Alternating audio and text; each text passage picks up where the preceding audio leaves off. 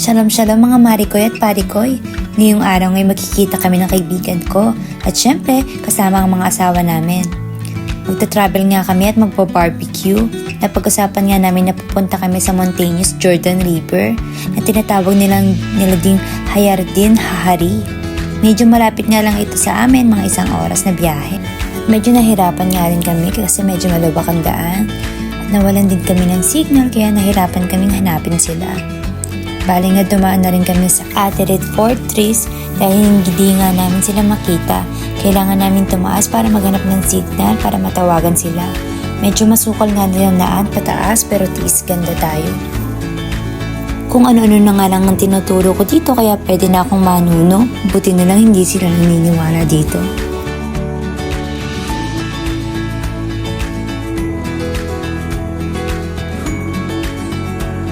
Finally nga, nagkaroon ako ng signal kahit papano at nakita namin ang message ng asawa ng kaibigan ko. Kaya sinundo niya na kami. Ito na nga pala ang tinatawag nilang Jordan River. At nagkagulatan nga kami ng kaibigan ko kasi twinning nga kami ng suot.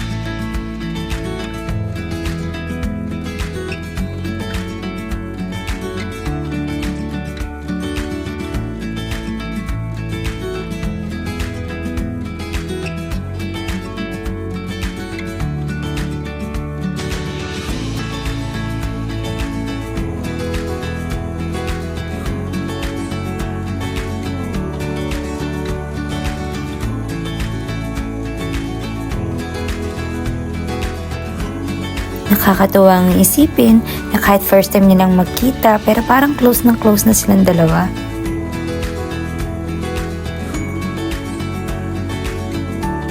At syempre, ito na nga ang pinakahihintay ko, eating time.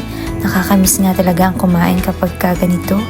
Para ka lang nasa ilog sa Pilipinas at kumakain sa isang tabi. Huwag nyo na nga pansinin kung paano ako kumain dahil gutom na talaga ako.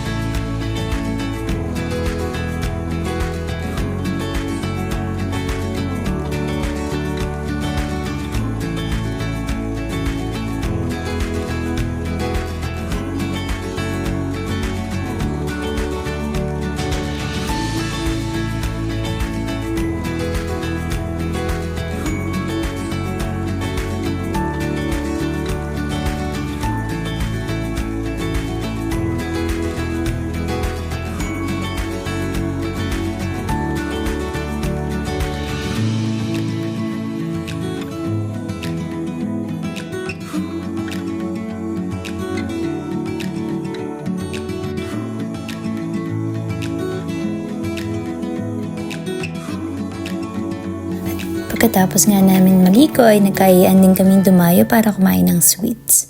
Makikita nyo nga dito ang view ng Mount Hermon. At pathway nga ito papuntang Masada. Dito nga pala sa Masada, nakatira ang mga Drusing. At ang specialties nila dito ay ang kanafe at baklawa.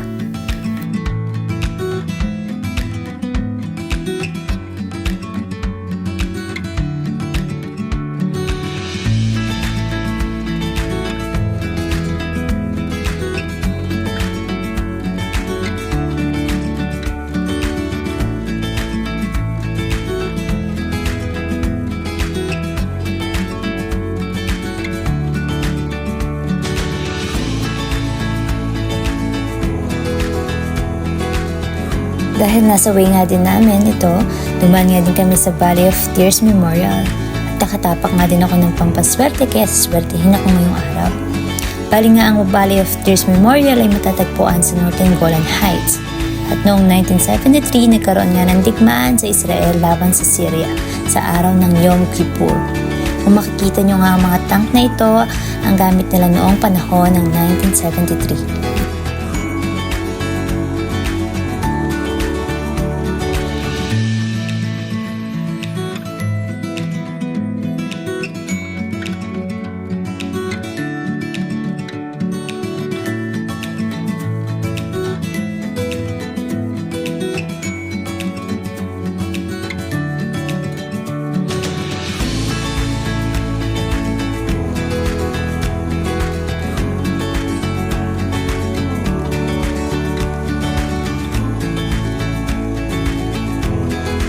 Isa nga sa mga dinaanan din namin ang abandoned military bunker na matatagpuan sa Mount Penay Rasan.